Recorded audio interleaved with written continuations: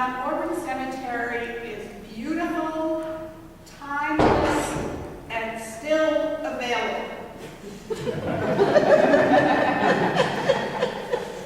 Well, I am a docent here, and I drove through that gate many days, and I looked at that sign many days, and it occurred to me on one of those days that Sarah Margaret Fuller of Soli can be described with those same words. Beautiful, timeless, and still available. Beautiful in intellect, timeless in spirit, and still available through years, even though we are separated by so many of them. I do want to thank our actors here today, for in part they contributed their time to today's service. And I want to especially thank Mount Auburn Cemetery for its gracious support of this event, from the use of this chapel to refreshments, to the gravesite, bands that are going up to the gravesite, and in so many ways for providing the wreath. But especially I want to thank Rob Velella. I don't think he wants me to thank him, but I will anyway. For he and I worked together with Mount Auburn Cemetery on behalf of the Margaret Fuller Bicentennial Committee. And in fact, there are so many people who work together to bring what we believed, as Bree said, is a belated sit-down memorial service to celebrate Margaret Fuller. What are we doing here today? We come here today not to contain what is not containable, not to define what is not definable, and not to impose understanding on a life of one who lived with limitless understandings. Just the opposite. We come to set Margaret Fuller free in our hearts and our minds, so that we might, by her light, live a deeper life for ourselves. She was born May 23rd, 1810, and she lived a life of intellectual but not material privilege. She was often poor and sometimes homeless, and depended upon the hospitality of friends. She delighted admirers who saw her as a force to be reckoned with, both in mind and personality.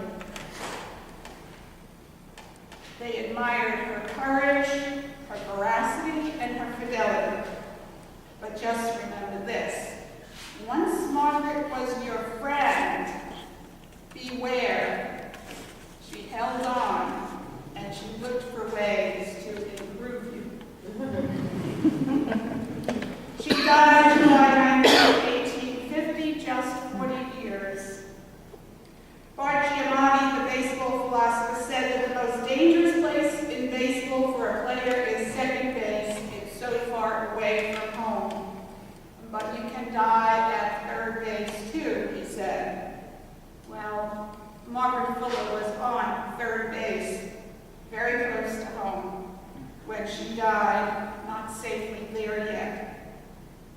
In my mind's eye, I see her right hand reaching for life, I believe, along with Emerson, that once home, Margaret would have charmed people once more.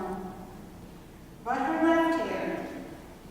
left hand, very, very strong, I see, extending backward, accepting, as in Greek tragedy, the pages as they turn.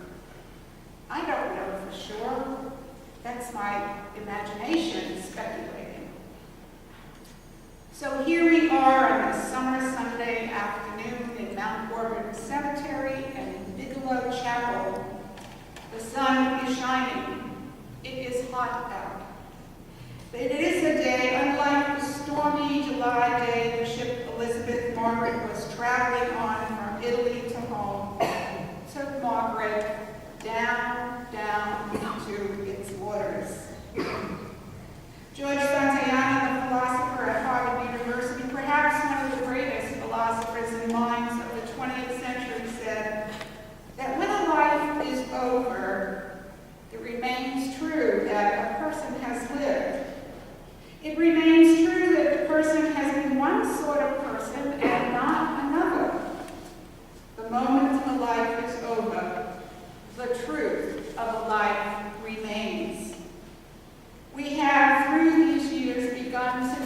some of that truth of Margaret Fuller, and this bicentennial year brings us further along that path. Margaret, I hope somewhere out there in the wide and deep ocean, or seemingly endless sky, you look upon us today with approval. But what am I saying? What am I asking of Margaret? You who forged ahead as a pioneer and exemplar, you who brought by force of character dancing eyes for seeing life as opportunity, you simply a lover who sought unconditional love. We cannot ask for your approval, for you yourself would never have asked for that approval. To your memory, family, friends erected a marker to you to define you. We'll lay a wreath at it, and we'll read it. It says, born a child of New England, by adoption a citizen of Rome, by genius belonging to the world. I actually choked on that last line.